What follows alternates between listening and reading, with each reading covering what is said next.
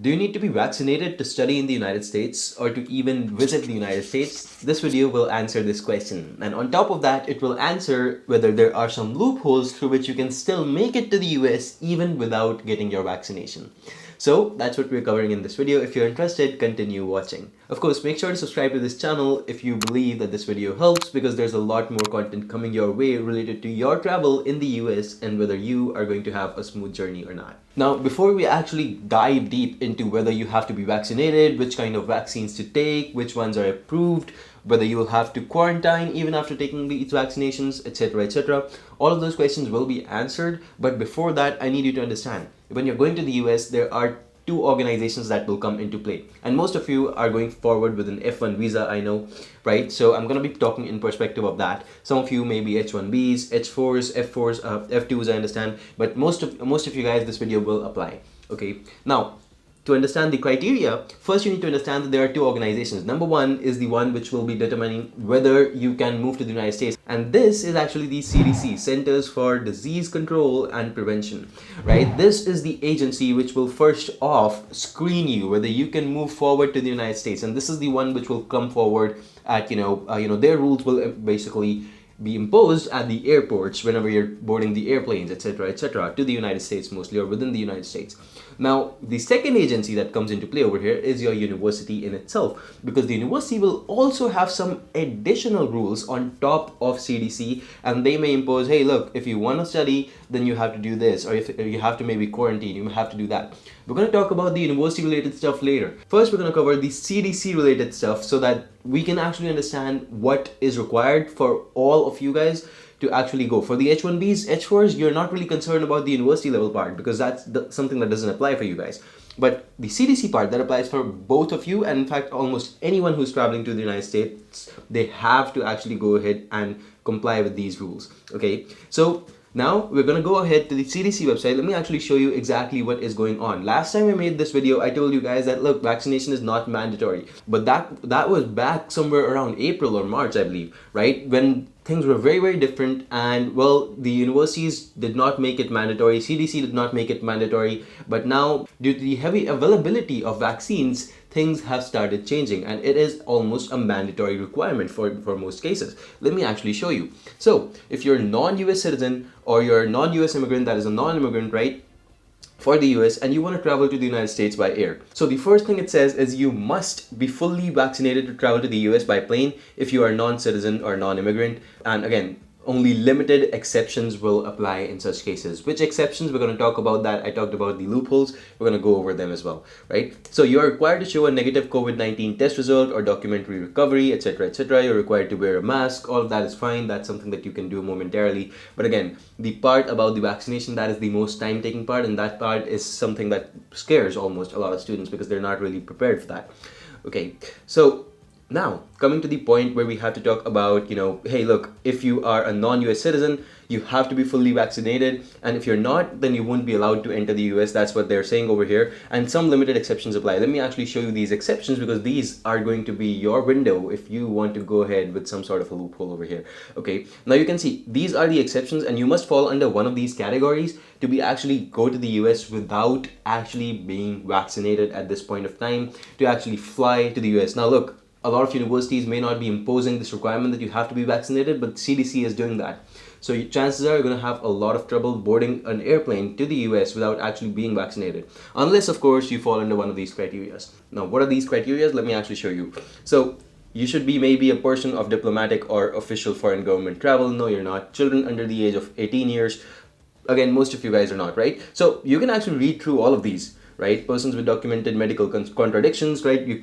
Maybe your doctor told you, look, you cannot take a COVID-19 vaccination for some reason, and they have a certificate issued to you on your name, same as your passport, right? The name on your passport, and everything in that case would work out for you, right? But in this case, most of these would actually not apply to you guys, because you're not really actually one of these people. So I'm not going to go over these. But the last one over here, persons whose entry would be in the national interest as determined by the Secretary of State, Secretary of Transportation, or Secretary of Homeland Security, or their designees, whatever, right? So if you have, basically what they're saying is, if you have an NIE, a National Interest Waiver, if you have one of those, in that case, you will be eligible to travel to the US. And let me actually tell you, F1 visa, and this was actually for the fall 2021 people. This is my experience from fall 2021 people. In June or July, mostly the visas that were being issued out, even in August, those were already NIE approved. If most of you guys, you take a look at your visas and you got it in one of those months, you would have like a line under the visa actually stating that the NIE has been approved for this visa.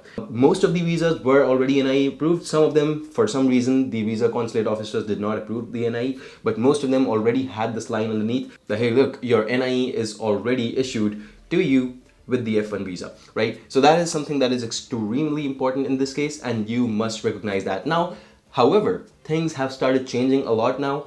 We don't really have a lot of cases that I can talk about. I do have a couple of people who already had their visas approved who work with us, so I can probably ask them and let you know if the NIE is still being approved along with their visas.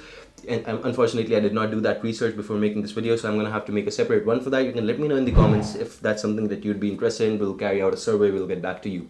But only if you have an NIE would you be able to travel to the US without a vaccination. My recommendation to you would be get vaccinated. Now, which vaccinations should you go for? And if you're already vaccinated, which ones are the ones that you probably don't need to worry a lot about if you have been vaccinated with one of those? Let me actually go over here and show you about those. So if you scroll down a little bit, you'll find that there are accepted COVID-19 vaccinations which are approved by FDA, right? FDA, or basically, the ones approved by the WHO. These are the only two that the US governments and the CDC is going to listen to for the most part. So you're going to have to comply with these. Now, FDA ones, they are very, very limited, right? J&J, Pfizer, Biotech, and Moderna. That's probably not what you have available in your country. When it comes to WHO, it's a little bit more relaxed. You can take a look at it. Covaxin has been approved. All right, AstraZeneca has been approved, Covishield has been approved. So there's definitely a lot of these. One thing you will not find, that's funny, but that's also the one that I have been vaccinated with, is the Sputnik V.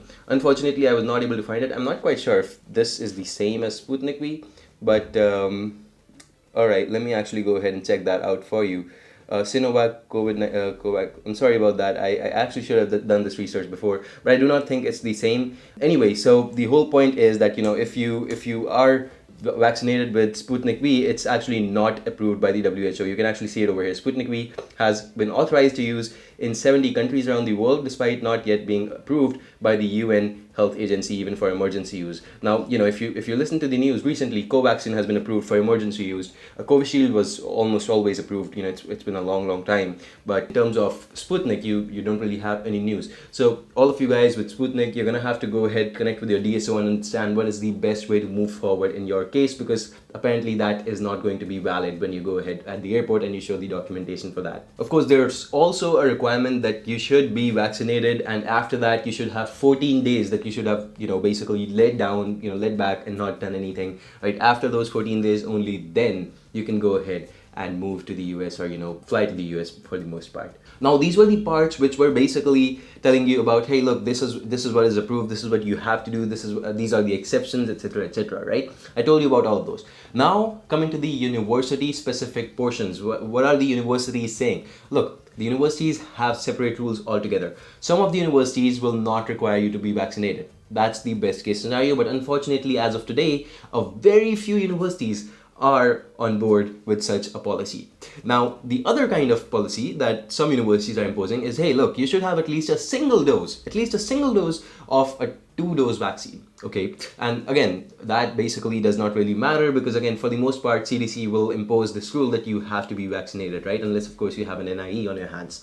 So yeah, even if you have a single vaccination dose, they're letting you come in and they're letting you have the second dose later on. But for the most part, if you're not vaccinated, they will basically not let you attend classes. They will not let you go onto the campus. They will also not let you actually be a part of the courses. So most of the universities have mentioned that they'll refund your fees and they will not basically let you in for the most part. So that's an important portion to remember, okay? Some of the universities, they may not even refund your fee and they'll ask you to take the courses online, which of course is the worst case scenario for you guys. And the final scenario, hold on over here, is that you should be fully vaccinated, 14-day, after that also you should have rested, well rested, quarantined, whatever, right? And even then on top of that, When you reach to your dream school, they may ask you to quarantine for the next 14 days or something. It's completely up to them. These rules are imposed for your protection as well, so you might understand that it's necessary, but at the same point of time, it is certainly going to cause you some trouble. And one more thing over here, some universities will not approve of your vaccination even if it is WHO approved. They will ask you to maybe go forward with J&J, maybe Moderna, maybe Pfizer, and in that case, you're going to have to do that once you get to that university, because of course that vaccination is probably not available in your country to begin with. Otherwise, you would have gone for that only, right? So that makes sense, I believe, right? These are the rules, these are the things that are going on, and these are the important portions that will actually impact your travel to the United States. Now, I know a lot of you are already struggling with the visa, and this situation does not certainly help you. But at the same point of time, I think it's my job. I warned you a little bit early that it's very important. If you're not vaccinated, go ahead, get it done. Things have certainly changed in the last few months, and it's taken a turn for maybe not the most easiest route, I would say, but at the same point of time, it's a secure route and it's going to protect you in the long term. So I hope that you go ahead, get vaccinated. Make sure to follow me on my Instagram, because there's constant updates about these things over there, which are much faster than the videos I'm going to be making. And of course, subscribe to the channel for further videos on this topic. I'll see you in the next one. Goodbye and take care for now.